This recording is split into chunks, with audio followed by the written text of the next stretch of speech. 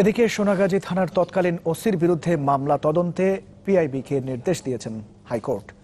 তদন্ত রিপোর্ট জমা দিতে সময় দেওয়া হয়েছে 15 দিন। আর হত্যা মামলা আসামি কাউন্সিলর মাকসুদ আলমকে 5 দিনের রিমান্ড দেওয়া হয়েছে। দোষীদের বিচার দাবিতে আজও বিভিন্ন স্থানে বিক্ষোভ হয়েছে।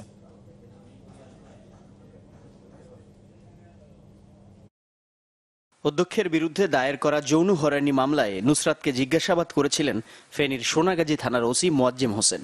10 এপ্রিল নুসরাতের মৃত্যুর পর জিজ্ঞাসাবাদের ওই ভিডিও ছড়িয়ে পড়ে সামাজিক যোগাযোগ মাধ্যমে।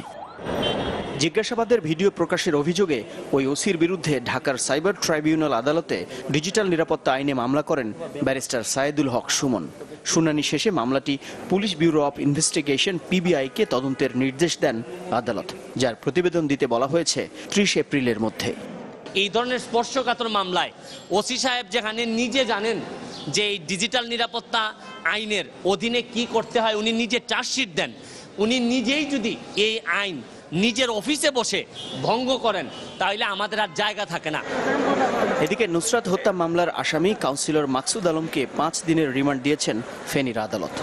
এই মামলার হত্যার রহস্য উদ্ঘাটনের জন্য এই আসামি মাকসুদ আলমের 10 দিনের পুলিশ রিমান্ড চেয়েছে।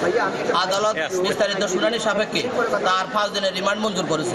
আমরা আদালতের এই রায়ে সন্তুষ্টি প্রকাশ করছি এবং আশা করছি এই রায়ের ফলে এই হত্যা মামলার রহস্য উদ্ঘাটিত হবে। নুসরাত হত্যার বিচারের দাবিতে বিক্ষোভ অব্যাহত আছে। জাতীয় সংসদ ভবনের সামনে সুজনের মানববন্ধনে দ্রুত বিচার ট্রাইব্যুনালে মামলা পরিচালনার দাবি জানানো হয়। অপরাজেয় বাংলার সামনে ঢাকা বিশ্ববিদ্যালয়ের শিক্ষক ও শিক্ষার্থীরা বলেন, নুসরাতকে হত্যার সাথে পরোক্ষভাবে জড়িতদেরও শাস্তি দিতে হবে। আমরা জানি তনু হত্যার বিচার হয়নি, আমরা জানি সাগর রুনি হত্যার বিচার হয়নি, আমরা জানি ত্বকী হত্যার বিচার হয়নি।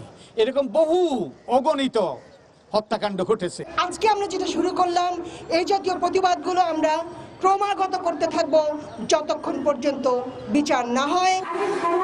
একই দাবিতে মানববন্ধন হয়েছে টাঙ্গাইল, মাগুরা, দিনাজপুর ও সুনামগঞ্জ সহ দেশের বিভিন্ন স্থানে।